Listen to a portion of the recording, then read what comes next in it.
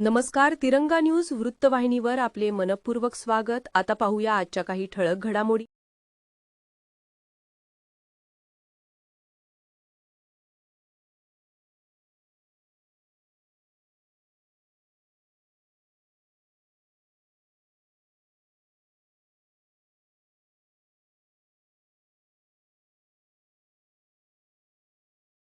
आजच्या कार्यक्रमाचे आयोजक जरी थोरात परिवार, तांबे परिवार यांनी पुढाकारातून देखील असलं तरी नामदार साहेब आज खूप त्यांचे वेगळं वेळापत्रकातून वेळ काढून येत आले. सकाळी 10 वाजता दिल्लीत त्यांची मीटिंग होती आणि ते या ठिकाणी 4 वाजता संगमनेरला येऊन पोहोचले. तर नामदार साहेबांचा आपण सन्मान करणार आहोत. मी सत्यजित दादांना विनंती करतो की आपण आदरणीय लोकनेते बाळासाहेब थोरात यांचा सन्मान करावा.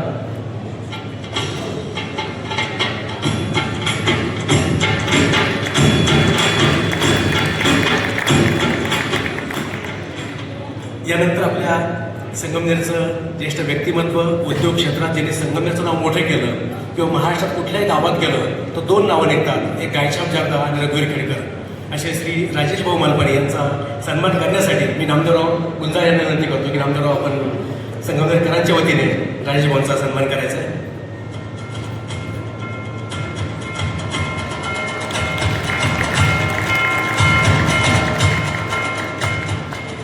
ज्या वेळेला कांताबाईंनी संगमनेर स्थायिक व्हायचा निर्णय घेतला आणि आपल्या तमाशाचा हिशोब कुणी करायचा त्यासाठी त्यांचं नाव होतं त्यावेळेचे CA एच. देशमुख सर की ज्यांनी अनेक वर्ष तमाशाचा हिशोब सरांनी सांभाळला. मी पगडार सरांना विनंती करतो की आपण आदरणीय एच. देशमुख सर यांना या कुटुंबाबद्दल मला वाटतं सर्वाधिक माहिती असेल ती एच. सरांना, तर सरांचा सन्मान करण्याची विनंती मी पगडार सरांना करतो.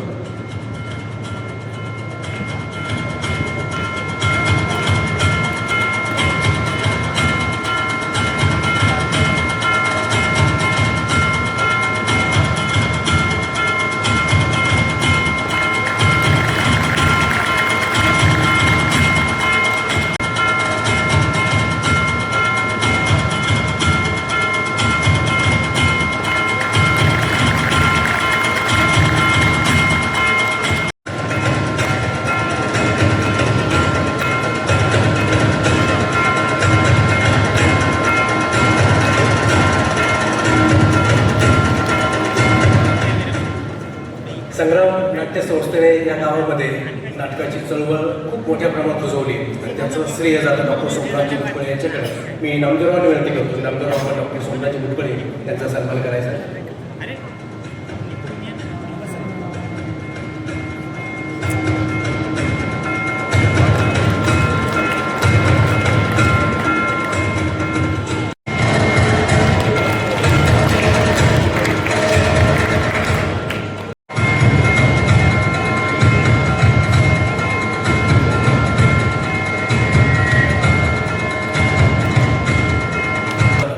ते तमाशात कसे आले तर तमाशातले सोंगाड्याच का झाले हे आपण त्यांच्या तोंडून ऐकणार आहोत.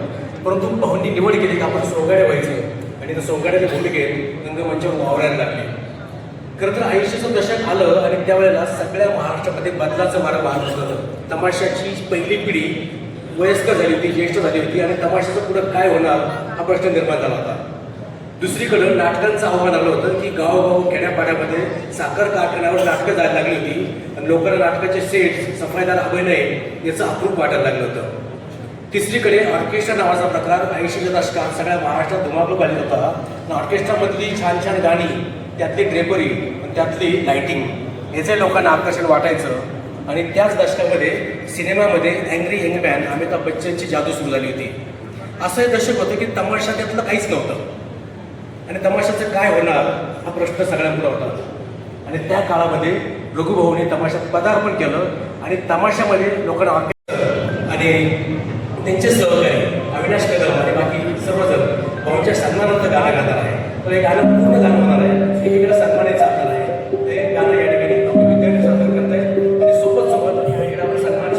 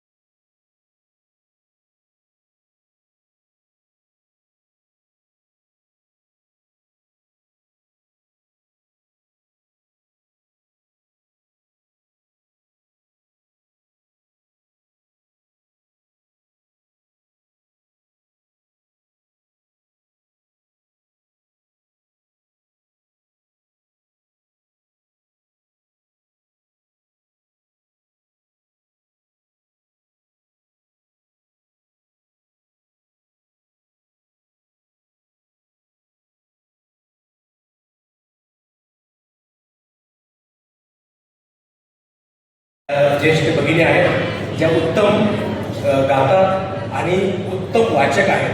मला वाटतं इथं बसलेल्या म्हणजे माझ्यासह की अलकाताई इतकं वाचन कोणाचंच नसेल, इतकं अफाट त्यांचं वाचन आहे. अशा अलकाताईंचा सन्मान या ठिकाणी दुर्गाताईंनी करावा. भाऊच्या खांद्याला खाता लावून ही बहीण उभी राहिलेली असते कायम. यानंतर आमचे दोन्ही दाजी गौतमराव शिरोडकर आणि राजू कोल्लम हे गणपतीचे दोन्ही जावई. हा तमाशा या कुटुंबाने सांभाळला आहे. मी आपण राजू भाऊ आणि गौतमराव सन्मान पुढे या गौतमराव.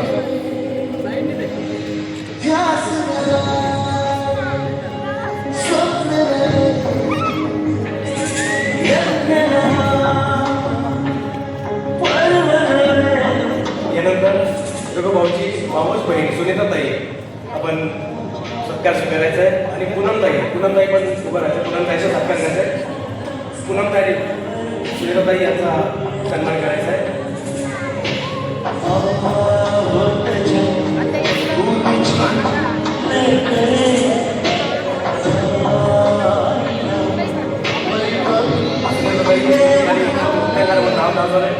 त्याचबरोबर पूनम यासाठी खास संबंधात आली आहे. त्यानंतर कांचन उर्फ पिंकी रघुभाऊची भाची पिंकी पुढे यायची आहे. कांचन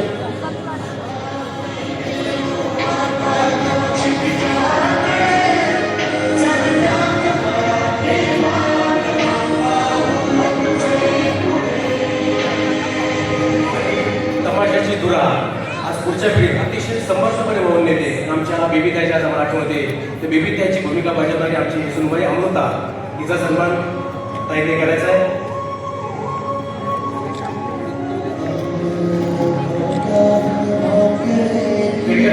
पुढच्या पिढीतल्या रेवा आणि आमची चिऊ या दोघींनी पुढे यायच्या. मच्छी कंपनीपैकी रेवा आणि चिऊ दोघींनी पुढे या.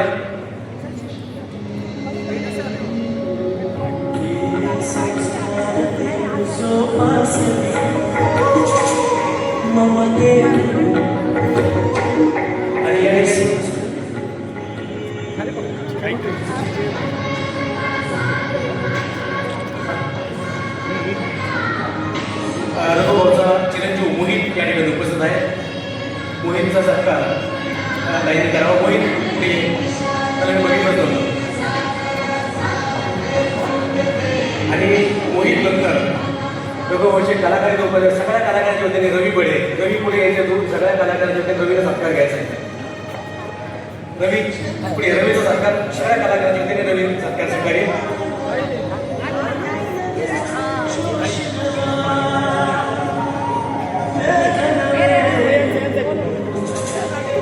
रवी इकडे बघ.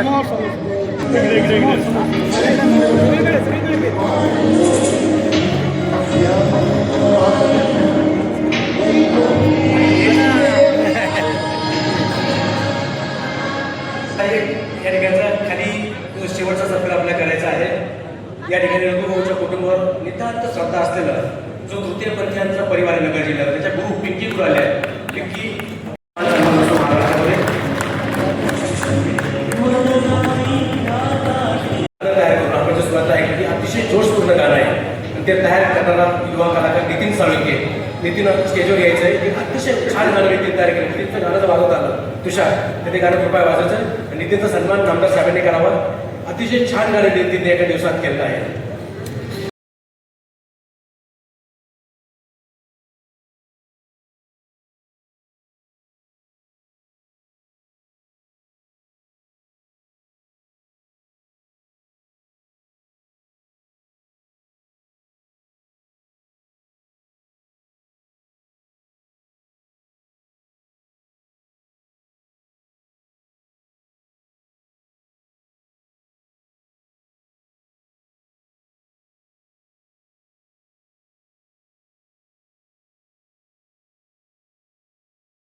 प्रयोग केले, अनेक कलाकार घडवले, तमाशाच्या माध्यमातून त्यांनी अनेक वगनाट्य रंगमंचावर आणले, वगनाट्याच्या माध्यमातून अनेक प्रयोग त्यांनी केले.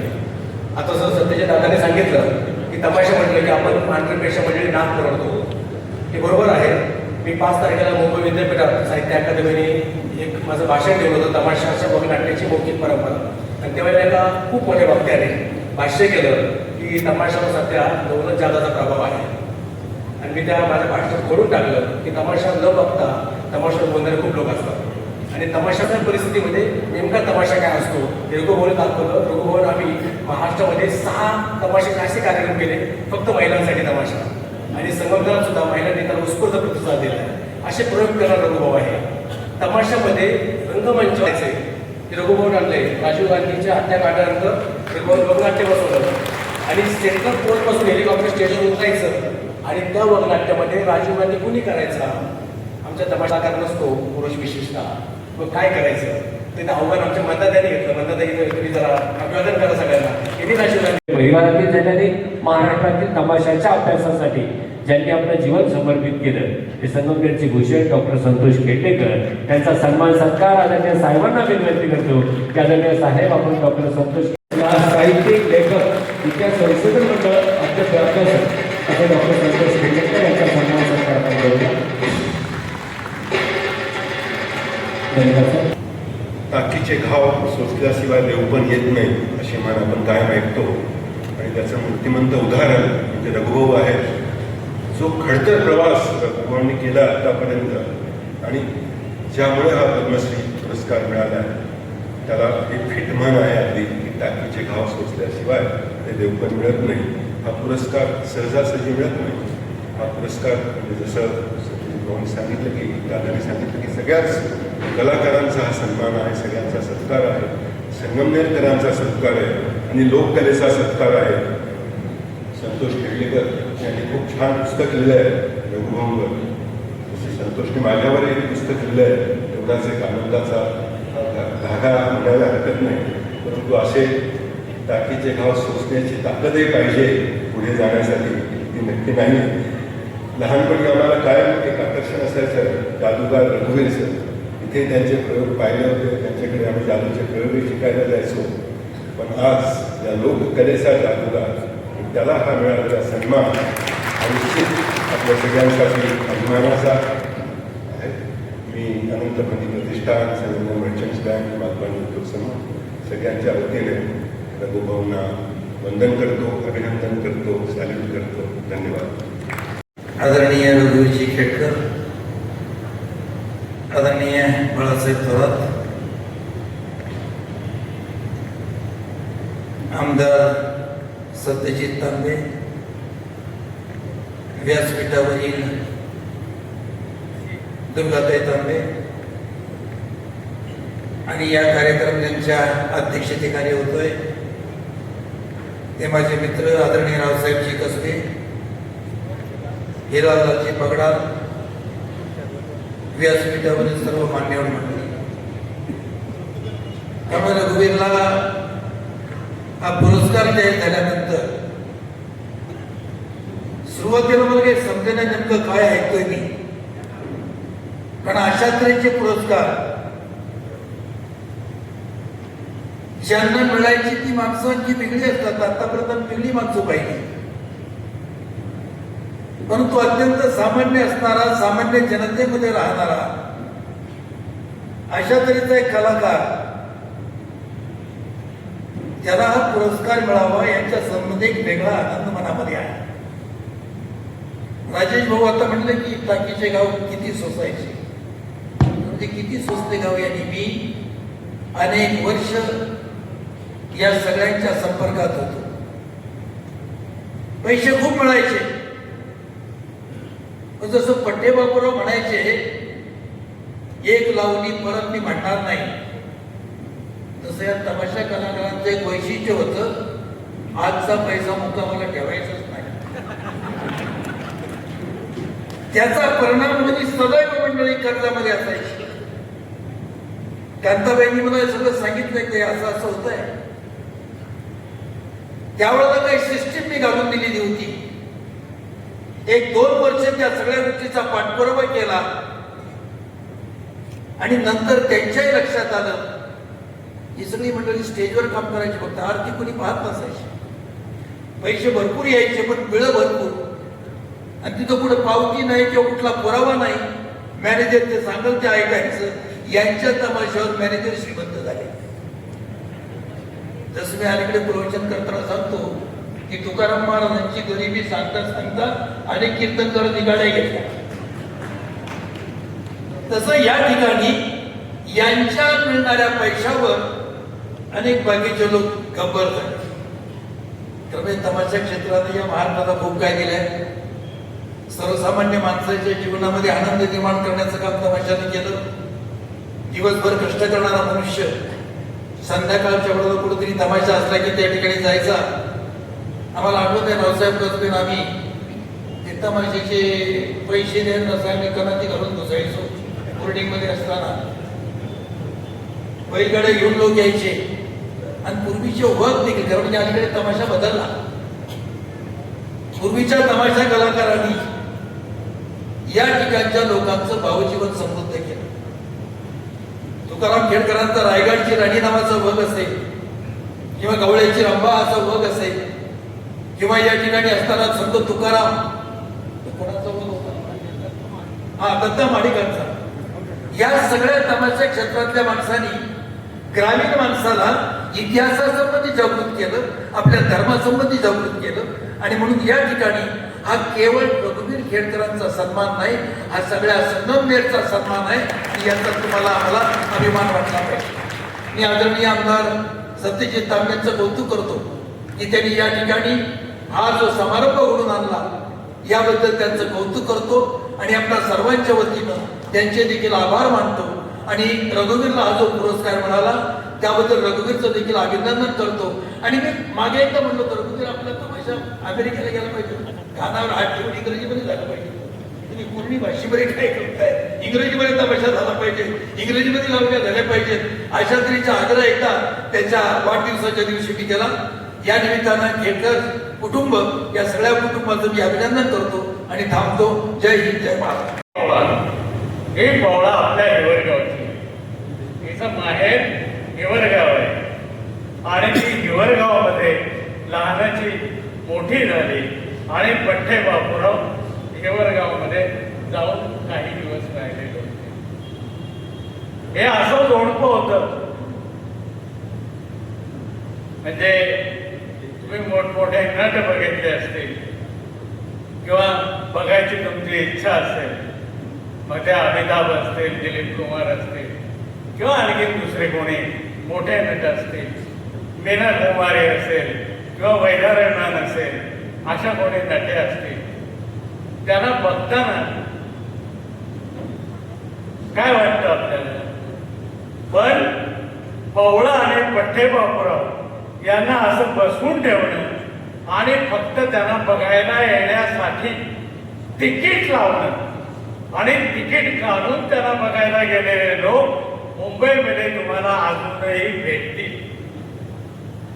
असं आहे तो. आदरणीय कदमी सर, आदरणीय बाळासाहेबजी थोरात, आदरणीय दुर्गाताई, आदरणीय एच देशमुख सर, आदरणीय रामभाऊ मनपण, आदरणीय मुटकुळे साहेब आणि उपनगराध्यक्ष,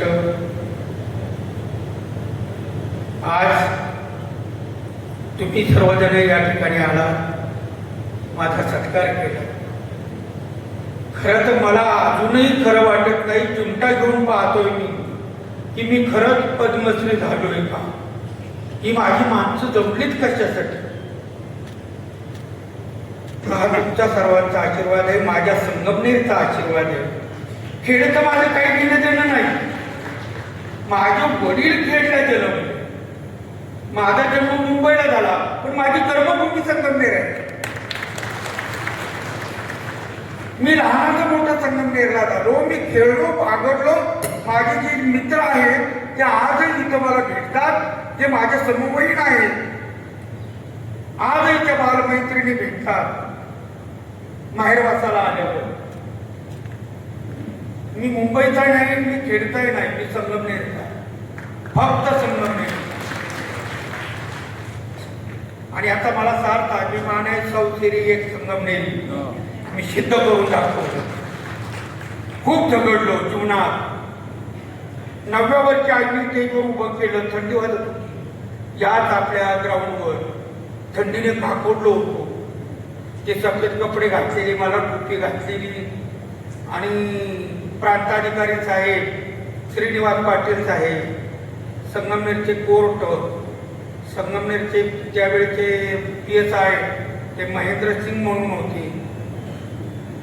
ही सर्व मंडळी तिथं, माधवराव मंडली, दामोशेठ ढोले, ही मंडळी स्टेजवर, परेशरामे भैया, आणि त्यांच्यामध्ये मी एक बारका चिमुकला उभा राहिलेलो, थंडीने काकडलेलो.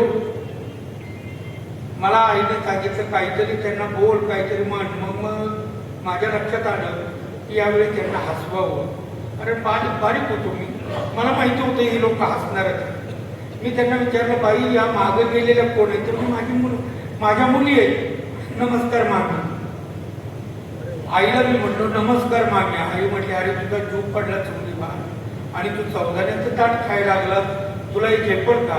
म्हटलं बाई तुमचं हे तंबू बांबू भरून नेणाऱ्या गाड्या किती? आई म्हटली त्यावेळेस एकच गाडी होती. म्हणजे एक गाडी आहे त्याच्यात आम्ही सगळं भरून येतो. ही जर आपल्या चन्नापुरीच्या घाटात लागली आणि तिचा जर टायर पंक्चर झाला तर तुम्ही त्या गाडीला उचलायला काय लावा? म्हणजे जॉब तेवढा असतो बाई. आई म्हणजे एवढंच असतो आणि गाडी एवढी मोठी. मग तो एवढंचा जॉब, एवढी मोठी गाडी उचलतो, मग तुमचं चौदाण्याचं ताट मला काढायचं पचणार.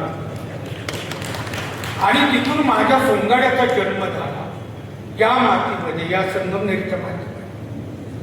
मी सोंगाड पण करू लागलो. 9 वर्षापासून ते जवळजवळ 10 वर्ष, म्हणजे 19 वर्षाचा होईपर्यंत मी बालकलावंताचं काम केलं. आणि तिथून पुढं मी होतकरू कलावंत म्हणून उदयास आलो 80 साली. त्यावेळेस आमची मंदा खूप लहान होती. मंदाला रंगमंचावर आणलं आणि तिथून खरा तमाशाला बहर आला. आईने कार्यक्रम सोडला होता. आई घरी बसली होती, कारण 4ही मुलं कामाला लागली. आई शांत बसायची. मग आम्ही कंबर बसली चौकांनी. ती तमाशाची मशाल दिल्लीपर्यंत न्यायचीच. आणि आम्हाला एक उभा सापडला, संतोष खेडलेकर नावाचा. त्यांनी मार्गदर्शन केलं. माझ्या मागच्या मामांनी सांगितलं, माझ्या एजंट मामाने, का माझ्या मॅनेजरांनी इतकं आम्हाला खाल्लं, इतकं धुतलं की ते धनवान झाले. आणि आम्ही त्या 10 बाय 10च्या खोलीत 34 वर्ष काढले. एक मला मित्र भेटला, जसे संतोष भाऊ भेटले तसे मला एक मित्र भेटला. आणि तो मित्र होता मुंबडीयन. त्याचं नाव शब्बी शेख. माझा एक मित्र गेला, त्याचं मला दुःख होतं. तर माझी आई म्हटली, काय दुःख धरून बसला? ही चिखल आहे, हा चिखल वाढला की गळून जातो रोपी. तो म्हणजे हॉटेलवर वर्ग काम करतोय बघ. मी जाळीतनं घरच्या जाळीतलं पाहिलं तर एक उमदा जवान सफारी घातलेला आणि ती चहाचे भांडी घासत होता. आई म्हटली, याच्याची मैत्री कर, आज तुला शेवटपर्यंत साथ दिली. आणि मी बळलं त्याच्याशी मैत्री. आणि तो तुमचा जवान शफी शेख या तमाशा मंडळाचा व्यवस्थापक झाला. त्याने मला विश्वासात घेतलं. मला थोडा भरोसा ठेवावा लागेल, कारण मागच्या लोकांनी तुमचा विश्वास घात केलेला आहे. पण माझ्यावर थोडासा भरोसा ठेवा, मी मुसलमान आहे. आणि त्यांनी मला अशी खंबीर साथ दिली. तर व्यवहार सगळा त्यांनी सांभाळला, तमाशा सगळा माझ्या भावंडांनी, माझ्या बहिणीने मी सांभाळला. आणि अवघ्या 4-5 वर्षातच आम्ही जागा घेतली. आम्ही संगमनेरकरांना जागा मागत होतो. आई वेळोवेळी म्हणायची, दादा जिवंत, राजूभाऊ दादा जिवंत असताना आईचा सत्कार नामदार साहेबांनी ठेवला होता. आणि त्या सत्कारात आई मला म्हणजे नामदार साहेबांनी म्हणली, माईक करून, जोपर्यंत तुम्ही मला घर देत नाही तोपर्यंत मी माईकच सोडणार नाही. परंतु नागलाच होता. आपल्या शहर इतकं मोठं झालं होतं की शहरातल्या ज्या जागा होत्या म्हणजे नगरपालिकेच्या ते सगळ्या गेलेल्या होत्या, जागा शिल्लक होती. मग आम्ही शेवटी बहिणी मी मिळून आम्ही जी जागा घेतली तिथं घर बांधलं, घराच्या उद्घाटनाला सर्वांना बोलवलं, प्रवास चालू झाला. आईचं पुस्तक निघालं. आईच्या पुस्तकाने आमच्या कुटुंबावर खूप मोठं छत्र धरलं. संतोष केटेकरांनी आईचं पुस्तक काढलं आणि मग आमचे होप्स वाढले की आपण काहीतरी नवनवं केलं पाहिजे. मग दिल्लीचा कार्यक्रम केला, चंदीगडचा कार्यक्रम केला, बेळगावचा कार्यक्रम केला, आदिलाबादचा कार्यक्रम केला. असे कार्यक्रम मी करत गेलो. वेगवेगळे म्हणजे थरारक असे प्रकार रंगमंचावर आणले. क्लासिकल डान्स, तमाशाला माहीत नव्हतं क्लासिकल कशाला म्हणतात, ते प्रथम आत्मसात केलं माझी बहीण मंदानींनी याच रंगमंचावर या आणीतबंदीच्या. नाशिकला जयकुमार खेले म्हणून आहे, ते गोपी बाबूचे गोपीकृष्णांचे शिष्य, त्यांनी आम्हाला कथ्थक शिकवलं, क्लासिकल शिकवलं आणि मग तो प्रकार मी रंगमंचावर आणला आणि तो 25 वर्ष केला. त्याचं नाव होतंय समय नृत्य, थाळी नृत्य.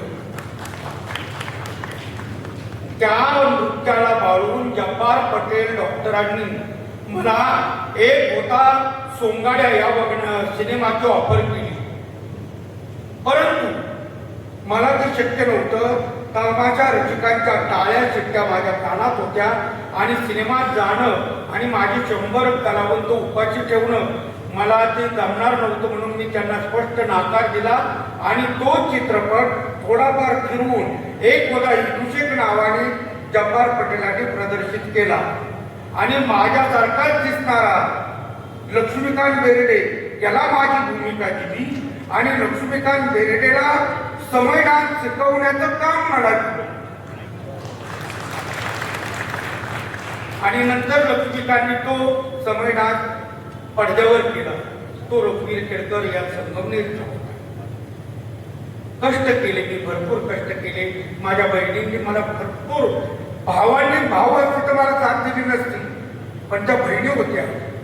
त्यांनी मला एकच सांगितलं का भाऊ आम्ही निघू तर चौघांच्या खांद्यावर, पण एकाचा हात धरून आम्ही जाणार नाही. आणि शेवटपर्यंत माझ्या बहिणीने पाळलं. आजही आम्ही एवढे वयस्कर झालो तरी एकत्र आहोत. माझी मुलं नारायणगावला राहतात, मी मात्र माझ्या बहिणींपाशीच राहतो. मी माझ्या बहिणींना सोडून जात नाही. एक तर स्वर्गवासी झाली, दोघी जणी इथं आहेत आणि एक आज येणार होती मांदापेक्षा धाकटी. तिचा परिचय तुम्हाला नाही, कारण तिचं कॉलेज झाल्या झाल्या आजीने तिचं लग्न करून दिलं होतं. तिला या व्यवसायात आणलंच नव्हतं. तिचं नाव मोहीन. म्हणजे आता आम्ही 4 बहिणी भावंड अजून आहोत. माझी एक मावस बहीण आहे, एक चुलत बहीण आहे, तीही आहे. असा हा परिवार इथं राहतो. आम्ही सर्वजण या मातीमध्ये संस्कार शिकलो. संगमनेरचे संस्कार आईला आवडले म्हणून तिने आम्हाला या संगमनेरमध्ये आणलं. नाही तर आजही आम्ही गटांगळ्याच खात राहिलो असतो. पण संगमनेरला येऊन जे संस्कार मिळाले, जे मार्गदर्शन मिळालं, त्या मार्गदर्शनावर, त्या विचारवंतांच्या विचारावर मी पद्मश्रीपर्यंत पोहोचू शकतो. हे माझ्या संगमनेरचे उपकार आहे. ही माझ्या संगमनेरने मला दिलेली संस्कृती आहे. आणि ती संस्कृती ही पदवी नाही, हा पुरस्कार नाही, तर माझ्या खांद्यावर आता त्यांनी काहीतरी दिलंय की तुला आता इथून पुढं काहीतरी करायचं आहे. तर मी जरूर या लोककलावंतांसाठी, त्यांच्या मागणीसाठी जरूर सरकारपर्यंत पोहोचत जाईल. त्यांच्या मागण्या पूर्ण करण्याचा प्रयत्न करील. संगमनेरची शान अजूनही वाढवण्याचा प्रयत्न करील आणि अजूनही असे अनेक पुरस्कार मिळवण्याचा माझ्या कष्टातून, माझ्या कलेतून मी नक्कीच प्रयत्न करीन. आपण सर्वजण इथं आलात, या मोठ्या मोठ्या व्यक्तींनी आपला वेळ मला दिला, याबद्दल सर्वांचे आभार मानतो. आणि माननीय आमदार साहेब सत्यजित दादा, खरं तर सत्यजित दादांचे खूप खूप मनापासून आभार. ही खूप मोठा कार्यक्रम केला. मागाशी ती जी सलामी चालली होती, ती सलामी करून अगदी मला रडायला आलं होतं की माझी आई पाहिजे होती, माझ्या आईने हे पाहायला पाहिजे होतं. आईची खूप आठवण येते, कारण आईने दिलेले संस्कार आहे. आईने सांगितलेलं हे धडे आहे. अशा वेळेस माझी आई पाहिजे होती असं वाटतं. आणि आज तुम्ही सर्व माझ्या आईच्या स्वरूपातच माझ्यासमोर बसलेले आहात. तुम्हीच माझी आई आहात, तुम्हीच माझे वडील आहात. हे संगमनेर माझा आई वडील आहे. हे मरेपर्यंत माझ्या मनात राहील. आणि माझं कुठेही काही झालं तरी या प्रवरात तीरावरच मला आणायचं हा आग्रह सगळ्यांनी धरा. एवढी यावेळेस विनंती करतो आणि माझे 2 शब्द कॉलेजला लेक्चरर होते. मी एक करुणिकर सर. बरं, माझे सासरे दत्तभक्त, निश्चित दत्तभक्त. पण त्यांची वेशभूषा अशी असे की शर्ट पॅन्ट जरी घातला तरी भस्म मिलेटीत असायचे सतत ते. आणि एकदा असंच कॉलेजला जात असताना आई साहेब आणि काही त्यांचे लोक अजून बाहेर काही बोलत होते. काही त्यांचं ठरवणं चाललेलं होतं. आणि बाबा इकडून जसे निघाले तसे धारकाबी म्हणजे आईसाहेब उभे राहिले. आणि त्या माझ्या सासऱ्यांना गुरुजी म्हणायच्या. मग त्या म्हणाल्या, गुरुजी माझी एक इच्छा आहे. म्हणाले, आईसाहेब काय म्हणतात? आईसाहेब जेव्हा बाबा म्हणाले तेव्हा तेव्हा त्यांचे डोळे इतके भरून आले आईसाहेबांचे. म्हणाले, ते काय म्हणता आईसाहेब? तर ते म्हणे की तुमचे पावलं किंवा तुमचे पाय माझ्या घराला लागावेत अशी माझी इच्छा आहे. मग सासरे माझे म्हणाले, आईसाहेब मी आता कॉलेजला निघालो, की येताना मी येतो. मग त्या म्हणाल्या की तुम्ही किती वाजता येता? म्हणजे 11:30 वाजता. तर 11:30 वाजता ही माऊली बाबांची वाट बघत बाहेर थांबलेल्या होत्या. 11:30 वाजता कॉलेजकडून आल्यानंतर बाबांनी अनेक वेळा बाबा अंबानी कॉलेजला जायचे, पण चप्पल त्या दिवशी बाहेर काढले, आतमध्ये गेले. आईसाहेबांनी दूध गरम करून दिलं. दूध घेतलं बाबांनी. आईसाहेबांनी पायावर डोकं ठेवलं बाबांच्या आणि म्हणजे एक खंत आहे थोडीशी. मग सासरे म्हणाले, काय खंत आहे साहेब तुम्हाला? तर म्हणे आम्ही एक, आता ही गोष्ट 37-40 वर्षापूर्वीची असेल, म्हणजे तेव्हाची गोष्ट आहे. आम्ही एक नवीन पद निर्माण करतोय, पण तो कसा होईल, कसं होणार ह्या सगळ्याचं याची माझ्या मनात कुठेतरी धाकधूक आहे. पण म्हणजे मी इतरांसमोर हे बोलू नाही शकत. मला फक्त गुरुजी तुम्हाला हे सांगायचं होतं. बाबांनी कपशी खाली ठेवली होती. बाबा उठत होते. बाबा म्हणाले, आई साहेब काही काळजी करू नका म्हणे, खूप मोठ्या व्हाल तुम्ही जे काही करताय ना ते इतकं चालेल, खूप खूप मोठ्या प्रमाणात त्याला प्रसिद्धी मिळेल असं माझ्या सासऱ्यांनी सांगितलं. ते निघून गेले. पण ते निघून गेले ह्या गोष्टीला 1 महिना, 2 महिने, 3 महिने, 4 महिने, तब्बल 6 महिने लोटले. 6 महिने झाल्यानंतर बाबांचं कॉलेज रेग्युलर 7:30 म्हणजे 7:30 बाबा कॉलेजला जायचे. 6 महिन्यानंतर मग ज्या वेळेला ते रिटर्न आलं, म्हणजे हे लोक जेव्हा आले परत, तर तेव्हा आईसाहेब पुन्हा बाबांची वाट बघत थांबलेल्या होत्या. आणि बाबांना सांगितलं, म्हणे गुरुजी तुम्ही म्हणलात ना तसंच झालं. तुम्ही म्हणल्यापासून एकही दिवस मला उसंत नाही. इतके माझे शो झाले, इतके माझे हे वगनाट्याचे कार्यक्रम झाले, जे तुम्ही आशीर्वाद दिले ते माझ्या फळाला आले आशीर्वाद. परत पायावर डोकं ठेवलं आणि बाबा रिटर्नच्या वाटेला निघाले. आणि एकाच क्षणासाठी बाबांनी पुन्हा मागे वळून बघितलं आणि मला सांगितलं, आईसाहेब तुम्ही तर मोठ्या आहातच, तुम्ही मोठ्या झालाच आहात, पण तुमची पुढची पिढी याच्यापेक्षा मोठं काहीतरी आणून सांगितलं. आज मला या गोष्टीची आठवण झाली पहिली गोष्ट. आणि आज आईसाहेब जिथे असतील किंवा माझे बाबा जिथे असतील, आमचे बाबा जिथे असतील, तिथे त्यांना सांगत असतील, गुरुजी तुम्ही 47 वर्षापूर्वी जे म्हणलात ते आज खरं झाले. धन्यवाद.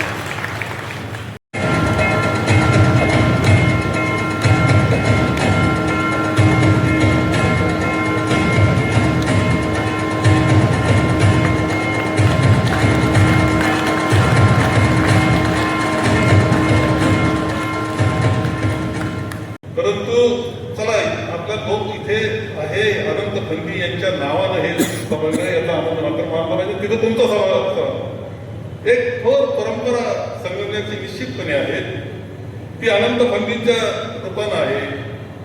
त्यांचे अनंत फंदींचे फटके अनंत फंदींचे ना फटके आज वाचावा असा आहे. अनंत फंदींचे फटके आज ऐकावेत अशा पद्धतीचे आहेत. खरं म्हणजे विठ्ठल उमप हे एक मोठे कलावंत आपल्या चिकणीचेच होते. त्यांचाही आपण सत्कार त्यावेळच्या ओपन थिएटरमध्ये आपण इथे केला होता. त्यांचा कार्यक्रम केला होता जांभूळ आख्यान म्हणून. जांभूळ आख्यान केलं होतं.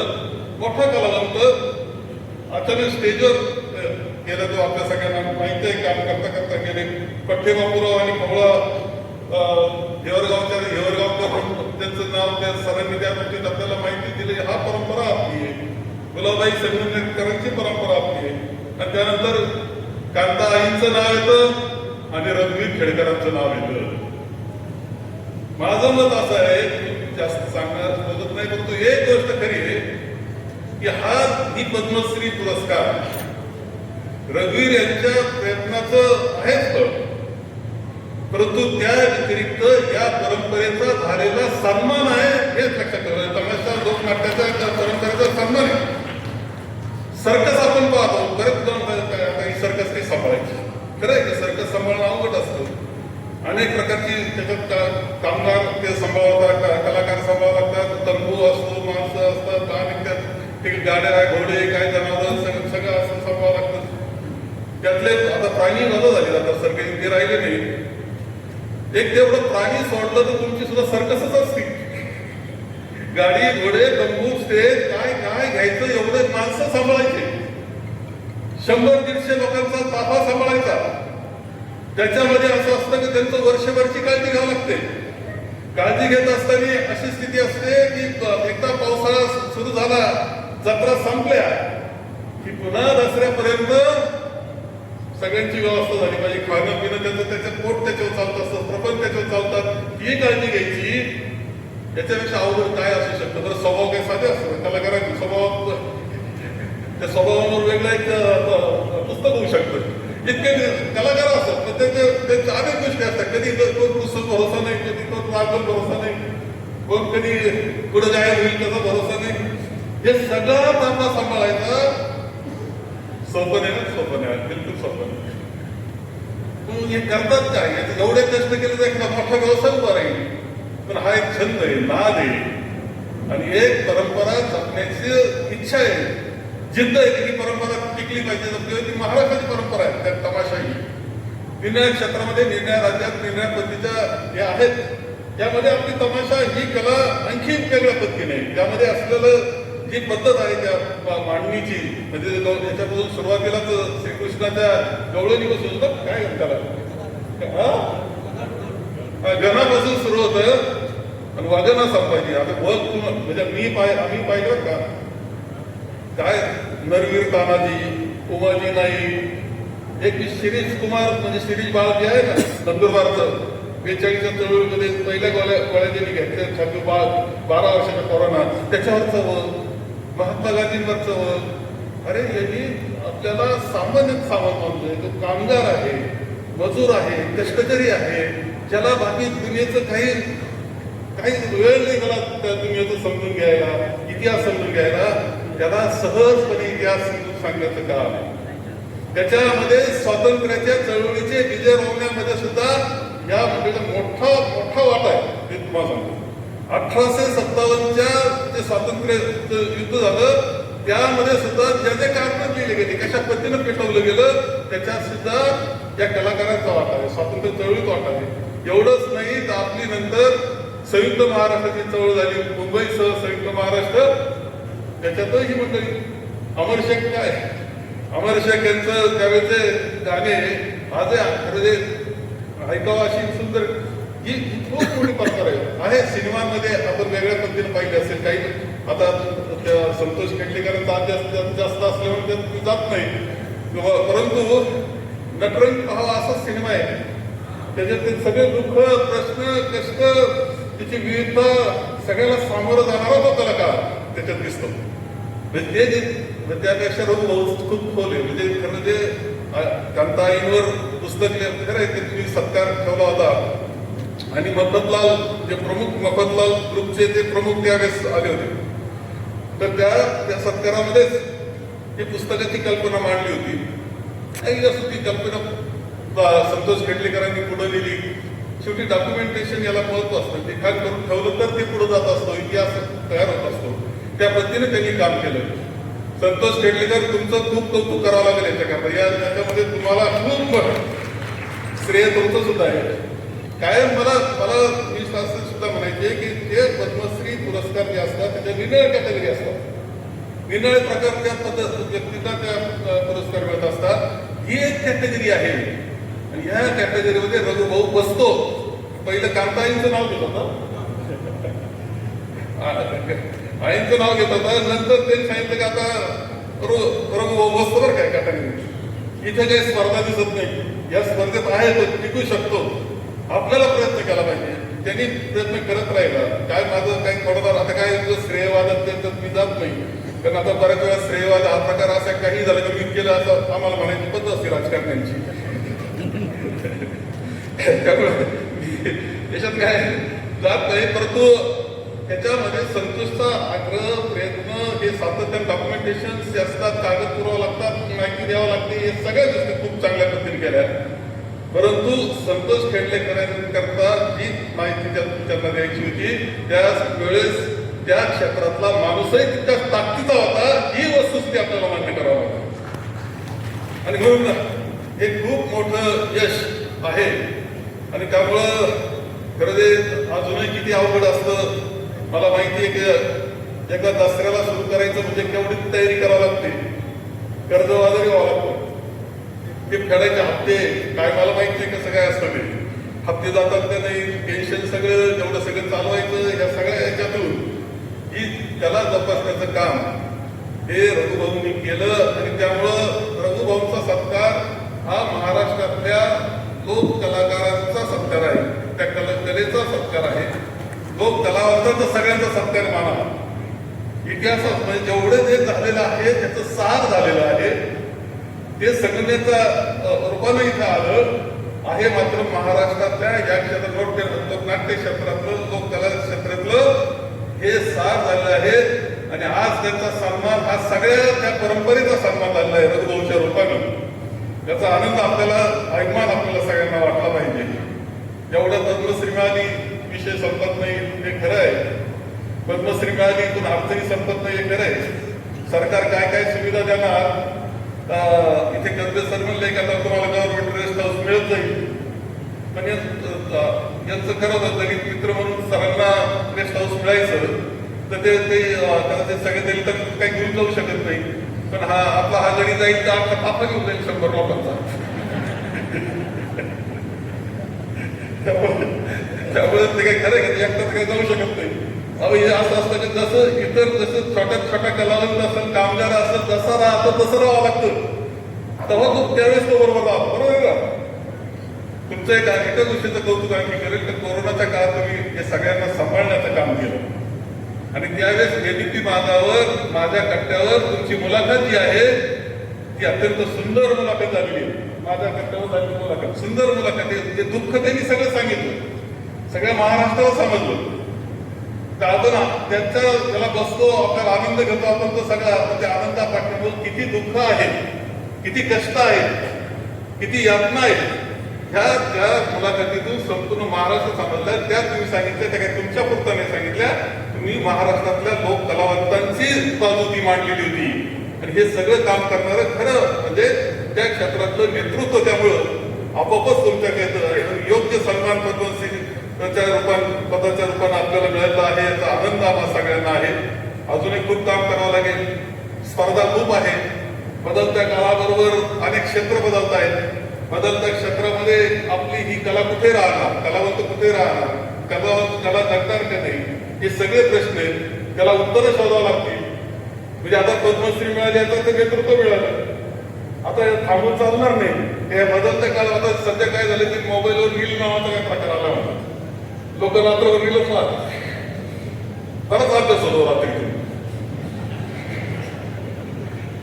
म्हणजे संध्याकाळी तो सगळ्या आमचा कार्यकर्ता असतो, रील पाहू सगळे दुसराच कार्यकर्ता उभं होतो. एवढं सगळं भरमी शिकून टाकायचा कार्यक्रम नाही. तर ते काही असो, त्या सगळे जे प्रश्न आहेत ते बदलतं जग आहे. बदलत्या जगाबरोबर ही कला जगली पाहिजे म्हणून काय केलं पाहिजे याचं संशोधन, संतोष याचा अभ्यास करणारी टीम केली पाहिजे, सगळ्यांशी बोललं पाहिजे. मला आठवतं एकदा विश्वास पाटील आपले आताचे जे अध्यक्ष होते साहित्य संमेलन, त्यांच्याबरोबर कांताईंना तुम्हाला मी बसवलं 3 तास. मी बोलवलं त्यांना, त्यांच्या शब्दाची आवड आहे, विश्वास त्याचा अभ्यास आहे, त्यांना तिथं बसवलं. त्यावेळेसही चर्चा झाली होती की हे क्षेत्र जगवायचं कसं. ही अत्यंत सुंदर कला आहे, सर्वसामान्य गरीब कष्टकऱ्यापर्यंत पोहोचणारी आहे. त्याला नवीन दिशा देणारं काम ते करते ती कला. त्याला एक विचार सुचवते, त्याला इतिहास समजून सांगते, आनंद देते जीवनाचा. कष्टात तो श्रम असला त्या श्रमातून आनंद देते. इथं जगली पाहिजे मग कशी जगवायची ही त्यावेळेस चर्चा मला आठवते. आपल्याला ती चर्चा पुन्हा सुरू करावी लागेल आणि पुढच्या काळामध्ये आता आमचा हे क्षेत्र पासून आम्ही खूप दूर असलो तरी एक महत्वाचं क्षेत्र समाजातलं आहे जे नाकारता येत नाही. त्यामुळे जितका त्याच्यामध्ये मदत करता येईल आम्हाला त्या पद्धतीने करून ठीकठाक करून एक चांगल्या पद्धतीनं पाहिजे त्यावेळेस सगळे पावसाळा सुरू झाल्यावर आता एखादं संमेलन सुद्धा घ्यावं लागेल. म्हणजे या क्षेत्रात अनेक जण आहेत, नाकारता येत नाही. महाराष्ट्रात अनेक लोक असतील, त्यांच्याबरोबर एकदा बसायला हरकत नाही. त्यांच्या निमित्तानं पुन्हा तुमचा आता कालखंड खरं सुरू झाला, आता जत्रा सुरू झाला. त्यामुळे आता तर काही वेळ नाही. परंतु एकदा जर संपलं एकदा सगळ्यांबरोबर संगणकातच बसूया आपण आणि त्या ठिकाणी ह्या सगळ्या गोष्टीची चर्चा त्यावेळेस आपण सर्वजण करूया. एक पुन्हा दिशा देण्याचं काम आता जे तुमच्याकडे नेतृत्व आहे. आता तुम्ही दिशा देण्यामध्ये तुम्हाला जे काम करायचं त्याच्यामध्ये आमची साथ संघटनाची आमच्या सगळ्यांची साथ राहील याची ग्वाही मी देतो. तुम्हाला खूप अभिनंदन, तुमच्या टीमचं अभिनंदन, तुमच्या कलावंतांचं अभिनंदन, महाराष्ट्रातल्या कलावंतांचं अभिनंदन आणि तुम्हाला पुढच्या कार्याकरता शुभेच्छा देतो आणि माझे 2 शब्द संपवतो. अशाच नवनवीन घडामोडी पाहण्यासाठी आजच आपल्या तिरंगा न्यूज यूट्यूब चॅनलला लाईक करा, सबस्क्राईब करा, तसेच अनेकांना ग्रुपमध्ये फॉरवर्ड करा. संपर्क राजेश जेधे 98 50 42 51 15.